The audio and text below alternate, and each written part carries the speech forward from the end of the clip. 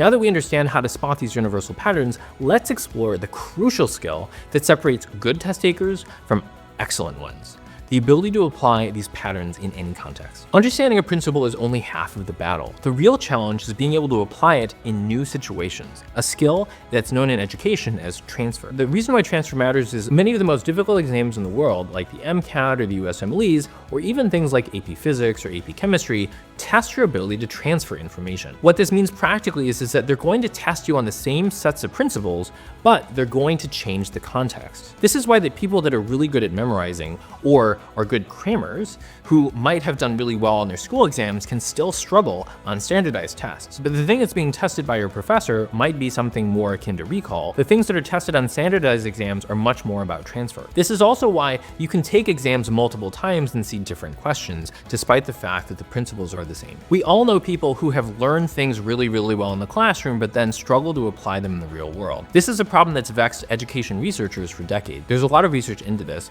but the most important thing to remember in how to improve your ability to transfer information is that you want to practice it in the context in which you'll need it. This means that you want to have deliberate application across multiple different scenarios. You're taking a principle that you might have learned and transferring it to other places. For example, if I was going to make flashcards, I would make flashcards that force me to apply this principle. One of the flashcards might be something like cystitis. Use an underlying principle to explain the classic signs and symptoms. Then on the back, I would have an explanation explaining how, in general, inflammation increases the sensitivity of afferent receptors, and because of this, your bladder is going to feel more full, and therefore the reflex of needing to go to the bathroom is going to be triggered more quickly and more frequently. One mistake that I see is that when someone learns a principle, they only learn that principle, and then they just expect that magically they're going to be able to apply it regardless of what the situation is going to be on their exam. For example, in physics, with conservation of energy and how energy can be created or destroyed, they might just memorize that thing.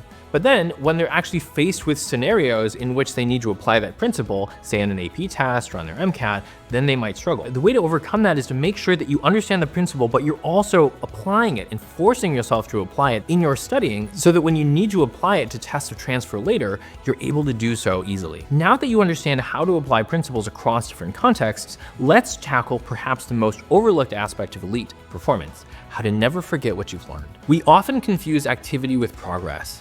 Reading 100 pages feels productive, but what if I told you that you're going to eventually forget all of the things that you learn every single day unless you have a good system for retention? Now, there's a lot of heterogeneity about like how much people forget and how fast people forget, but the one thing that I think everyone can agree on is that what we learn today, we are going to forget at some point in the future if we don't review that information or use it in some way. I've come up with what I call the memory equation to help quantify this and simplify the different elements necessary to increase our total knowledge. So the memory equation works like this: total knowledge equals the amount that we learn every day divided by the percent that we forget every day. Now, again, I realize that this is an oversimplification, but fundamentally, the principles are still true, right? How much you know is going to be a product of how much you learn and how much you forget. What this means is that if we wanted to increase our knowledge by 10 times, you can do it by one of two ways.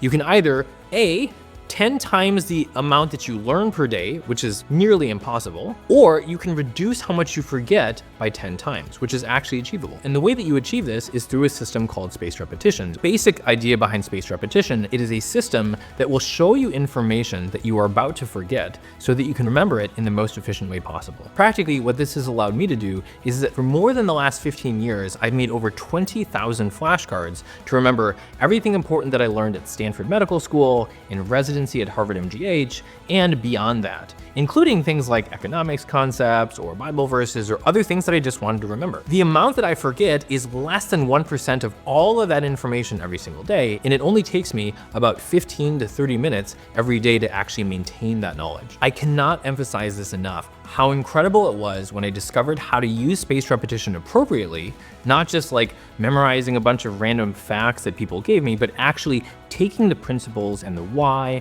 and the concepts and the applications and actually putting them into flashcards that would force me to continue to apply and transfer that information so that I could constantly be practicing the information in the way that I was going to need it for my exams and in my life. If you haven't tried making your own flashcards, I highly recommend that you learn this skill because there's no greater gift that you can give yourself in both the present and in the future than the ability to never forget something that you've learned in the most efficient way possible. So now that you understand why retention is your secret weapon, let me show you exactly how to implement this system in your daily study routine. So most of what we've discussed up until this point is how to build a stronger foundation. The next several principles that we're going to discuss are all about how to take that knowledge that you have and make sure that you don't get questions wrong for the things that you already know. If you're a medical student or a doctor preparing for either the USMLEs or COMLEX or one of your medical board exams, then be sure to sign up for our free 14-step program where we'll walk you through the most efficient ways for you to improve your score in a short period of time. And if you're interested in getting there faster,